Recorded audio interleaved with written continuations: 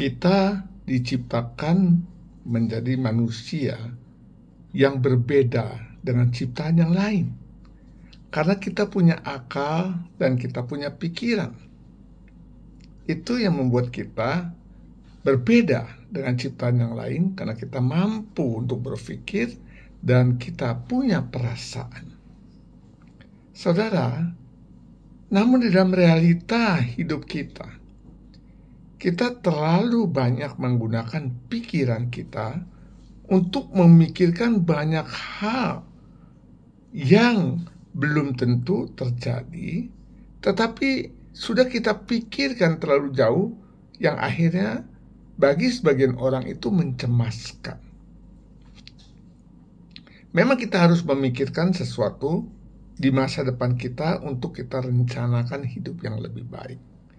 Namun tetap itu merupakan satu rencana, di mana rencana itu mempunyai banyak kemungkinan yang bisa dicapai ataupun tidak tercapai. Namun di dalam kita memikirkan terus-menerus sesuai dengan harapan dan maksud kita, belum tentu itu yang terjadi dan membuat kita menjadi frustasi. Saudara, kita harus seimbang dengan pikiran kita. Kita banyak takut karena menurut pikiran kita hal itu tidak mungkin atau hal itu sulit. Namun saudara, tidak ada hal yang sulit bagi Tuhan kita Yesus Kristus.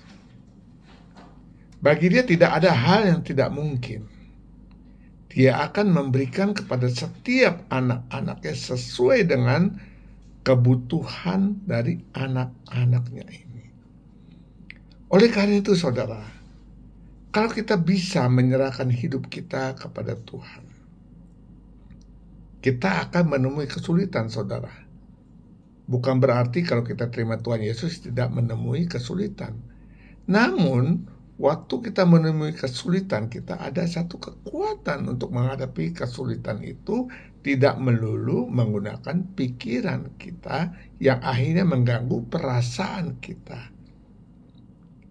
Tapi kalau kita bersandar kepada Tuhan, Tuhan meminta kita untuk menyeimbangkan pikiran dan hati kita dan serahkan itu ke dalam tangan Dia.